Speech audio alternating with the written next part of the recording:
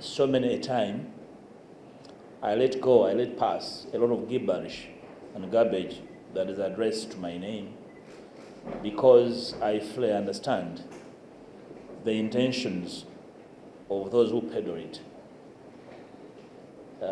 This morning, I chose to speak to one matter that arose in the public space yesterday, courtesy of the NUP leadership, headed by Mr. Kyagulanyi Ssentamu Robert, the NUP president. He was unequivocal in making very particular reference to my name, my sister on my left, the Honorable Juliet Nakabuye, and other colleagues, Honorable Abedi Bwanika. Of course, you are aware, like the whole world knows, that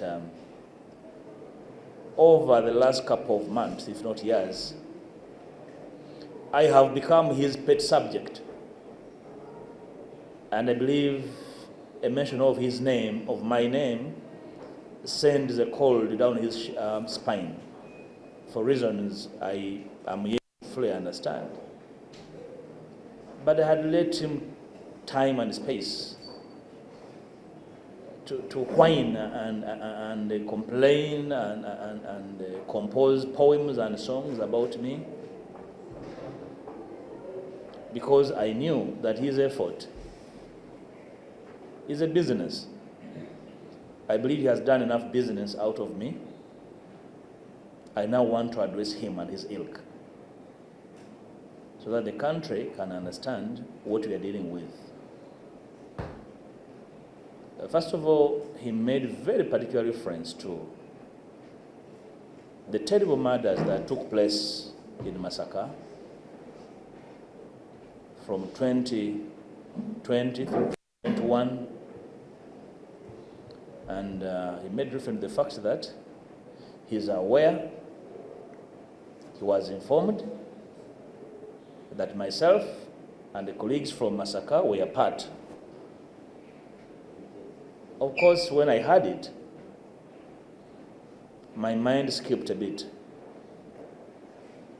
But I had a quick recollection of myself. And to the nation, I have this to say. First of all, I would like to extend my sympathies to the following categories of people. The families that lost their dear ones during that fracas. Families lost dear ones, children lost parents, mothers lost children, wives lost husbands, and husbands lost wives, and communities lost their own. I would like to further extend my sympathies, something I did several times in this parliament and in Masaka, Greater Masaka. I return again to extend my sympathies because at a time when you're supposed to get justice, at a time when you're out to see leaders in the country stand with you to demand for justice for the killings that were visited to your dear ones, then emerges a joker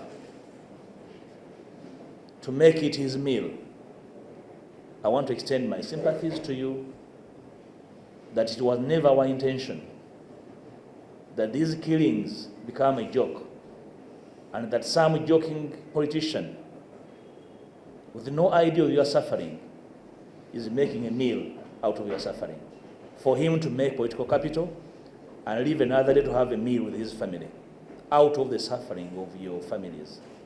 Please accept my sympathies from the bottom of my heart and from my colleagues here and away. Dr. Abel should have been with us here, but he had an emergency.